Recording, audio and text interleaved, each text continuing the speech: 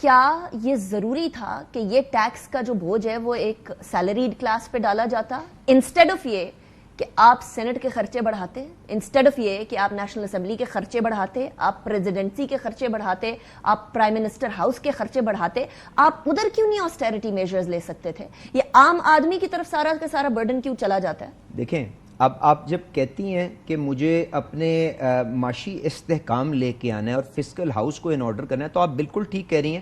اس کے دو پہلو ہیں. ایک تو یہ ہے کہ آپ نے ریونیو بڑھانا ہے جس کے اندر ٹیکسیشن آ جاتی ہے, دوسری یہ ہے کہ آپ اپنے خرچے کم کر لیں اور اپنے خسارے کو کنٹرول کر لیں. تو میں آپ کے آگے یہ بھی پیش کر دیتا ہوں کہ جی ہم خرچوں کو کنٹرول کرنے کے لیے کیا کر رہے ہیں, اور جن چیزوں کی طرف آپ نے اشارہ کیا شاید ان کی سمبولک ویلیو بہت زیادہ ہے, کیونکہ حکومت کو نظر آنا چاہیے کہ وہ لیڈ بائی ایگزامپل کر رہی ہے. پر میں آپ کو یہ پرنسپل کنسیڈ کرتے ہوئے آپ سے یہ گزارش کر رہا ہوں کہ جن اداروں کی آپ نے بات کی ہے اس کے اندر دیکھیں آپ کے سرکاری ملازمین کام کرتے ہیں, اگر وہاں پہ جو 25% کی انکریز ان کی تنخواہوں کے اندر دی گئی ہے, اگر آپ اس کو نلیفائی کر دیں, اس کو منہا کر دیں, تو یہ اتنی پروناؤنسڈ انکریز نہیں ہے جس کی طرف آپ بات کر رہی ہیں. میں نے تو آپ سے کہہ دیا نا 10 سال کا ڈاٹا انکریمنٹ کا جو سرکاری افسران کا انکریمنٹ ہے, میں نے تو آپ سے کنسیڈ کر دیا, 35%, 25%, 20% نہیں. میں تو آپ سے کنسیڈ کر چکا ہوں نا, میں تو کنسیڈ کر گیا ہوں نا کہ government must be seen leading by example. Okay, there's another perception. Now let me come to the real expenditure reform جو میں ہو اس رہا کی ہے. طرف آ رہی ہوں. There's another perception. پہلے perceptions کو ذرا کلیئر کرتے ہیں. ایک اور perception یہ ہے کہ یہ بیسیکلی بیوروکریٹس کا بجٹ ہے.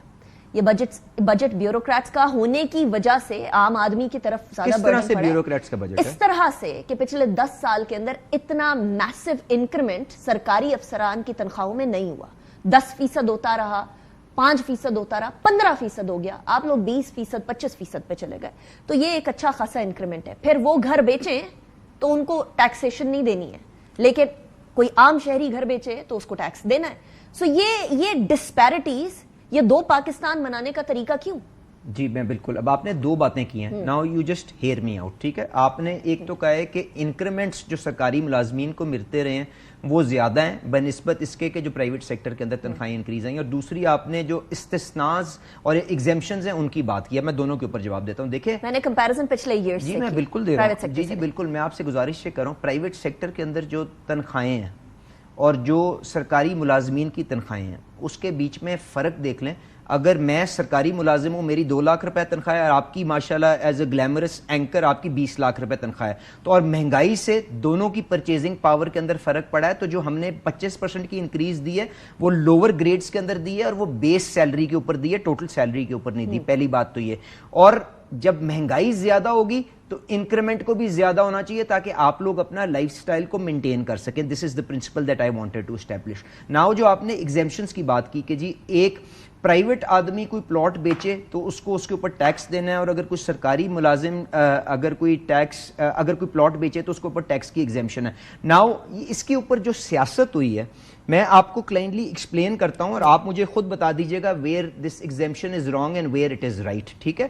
اب یہ جو ایگزیمپشن دی گئی ہے نا ریل اسٹیٹ کے اندر پلاٹس کے اوپر, اس کی پہلی بات تو یہ ہے کہ ریل اسٹیٹ کے اوپر 4-5 قسم کے ٹیکسیشن ہیں. اس کے اندر نئی ٹیکسیشن بھی آئی ہے, پرانی بھی آئی ہے. یہ ایگزیمپشنز پہلے ہی مفتاح اسماعیل صاحب جب ڈیمڈ انکم کا قانون لائے تھے اس کے اندر یہ سارے یہ ایگزیمپشنز لے کے آ گئے ہوئے تھے, and word for word that exemption has been picked up and it has been applied to all taxes. Now what is that exemption, تاکہ یہ بھی بات نہ ہو کہ اس نے کیا تو یا میں نے کیا, میرا کوئی ذمہ داری, میں ذمہ داری لے رہا ہوں. 4 انسٹنسز ہیں جس کے اندر یہ ایگزیمپشن ملتی ہے, and now you will tell me کہ وہ کہاں پہ غلط ہے. سب سے پہلے یہ ایگزیمپشن ان لوگوں کو ملتی ہے جو ہمارے شہداء ہیں, کیا ان کو نہیں ملنی چاہیے؟ ایبسولوٹلی ملنی چاہیے. دوسرا وار وونڈڈ جن کی ہاتھ ٹانگ کٹتی ہے. تیسری بات یہ وہ ملازمین چاہے وہ ہماری افواج کے ہوں یا ہماری سول بیوروکریسی کے ہوں جن کی ڈیتھ سروس کے اندر ہوتی ہے, ان کے لواحقین کو ان کی ایگزیمپشن ملنی چاہیے کہ نہیں ملنی چاہیے, جو ساری زندگی اپنی دے دیتے ہیں اپنی پبلک سروس کے اندر. ایک تو یہ سوال ہے. دوسری بات جو آخری ایگزیمپشن جو ہے جس کو لوگوں نے ایک ڈفرینٹ کلر دینے کی کوشش کی گئی ہے, is the exemption that you have allowed to civil servants and military officers and jawan for plots given to them by their departments as original allottees, جس کے اندر تنخواہ کے عوض آپ کو اگر کوئی ریٹائرمنٹ کے اوپر ایک پلاٹ ملتا ہے اس حد تک ایگزیمشن ہے. اس کو یہ رنگ دے دینا کہ ایگزیمشن اس طرح دے دی ہے کہ کوئی اگر فوجی افسر یا سرکاری افسر ریٹائر ہو کے پراپرٹی کا کام شروع کرے گا تو اس کو ایگزیمشن مل جائے گی. تو آپ مجھے بتا دیں کہ ان میں سے کس ایگزیمشن کے ساتھ آپ ڈس ایگری کرتی ہیں. کلیئر ہو گیا. اب پچھلے دنوں میں تھینک یو. پہلے اپریشیٹ تو کر دیں کہ کچھ ہم نے ایسا اپریشیشن ہی چاہیے ہوتی ہے حکومت کو. بالکل کام کر کے دکھائیں گے آٹومیٹکلی اپریشیشن ملے گی. بالکل, کیونکہ یہ وہ کابینہ ہے شہباز شریف صاحب کی قیادت کے اندر جو پرو بونو کام کری اس ملک کی خدمت اور مشکل ترین. جی بالکل نہیں لے رہا, کوئی کیبنٹ نہیں لے رہی. بالکل, تو یہ اپریشیشن کے لیے اور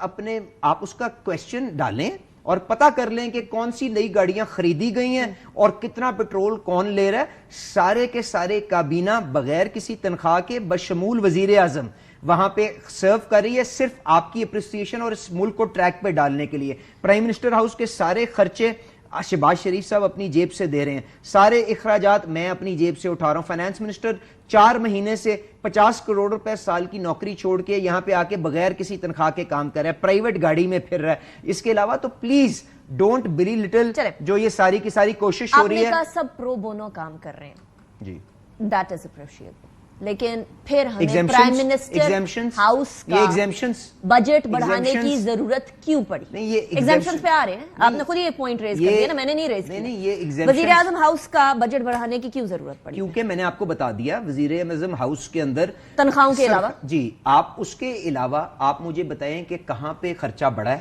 آئی ول ایکسپلین دیٹ. آپ مجھے بتا دیں کیونکہ جہاں تک میری اطلاعات ہے پرائم منسٹر ہاؤس کے اندر جو انکریز ہے وہ صرف تنخواہوں کی ہے, اس کے علاوہ کوئی خرچہ نہیں بڑھا. آپ کر لیں, مجھے بتا دیجیے گا. I will get you that information. Are we living in 21st century? کیا آج بھی ہمارا ملک شدید اکنامک تناؤ کا اور دباؤ کا شکار نہیں ہے؟ ایسی صورتحال میں ہماری جو living standards of prime minister and president اور پریزیڈنسی دیکھیں اور فوج ظفر موج ہے ایک سٹاف کی, اس کی ضرورت ہے. دس از اے کوسچن جو کہ ہر پاکستانی پوچھتا ہے. دیکھیں پلیز, میں اور یہ خان صاحب کے بارے میں بھی پوچھا جاتا ہے. پلیز آپ سے گزارش یہ کروں گا کہ یہ جنرلائزیشنز کے اوپر مت کام کریں. مجھے بتائیں کہاں پہ کون سا خرچہ آپ کے خیال سے نامناسب ہے. میں آپ کو بتا رہا ہوں کہ وزیر اعظم صاحب اپنے جو وہاں پہ انٹرٹینمنٹ کا خرچہ بھی خود بھرتے ہیں, اپنے ٹریول کا خرچہ خود بھرتے ہیں, اپنے جو سارے کی تنخواہ وہ لیتے کوئی نہیں اپنے. اس کے علاوہ اگر وہاں پہ وزیر اعظم ہاؤس کے اندر سرکاری ملازم ہے اور وہ اگر چند 100 ہیں یا چند 1000 ہیں, میں نہیں جانتا ہوں, وہ وہاں پہ کسی پروسیس کے تھرو وہاں پہ آئے ہوں گے نا. جو پروسیس تھا وہ بھی وہی پرانا چل رہا ہے نا. That is what I'm saying. Let's move on now let's come to باہر کے ایمبیسڈرز آتے ہیں, وہ کہتے ہیں کہ یہ غریب ملک کے وزیر اعظم نہیں لگتے. بالکل ٹھیک ہے. ناؤ آپ آ رہی ہیں کہ آپ نے ایکسپینڈیچر ریفارم کیا کرنا ہے. اس کے اندر دیکھیں right sizing of the government, جس کے اندر فائنانس منسٹر کمیٹی چیئر کر رہا ہے, جس کے اندر وزارتوں کو کم کیا جا رہا ہے, جس کے اندر محکموں کو بند کیا جا رہا ہے. کیا یہ ریالٹی نہیں ہے؟ کیا پاک PWD آپ کے سامنے بند نہیں ہو گیا؟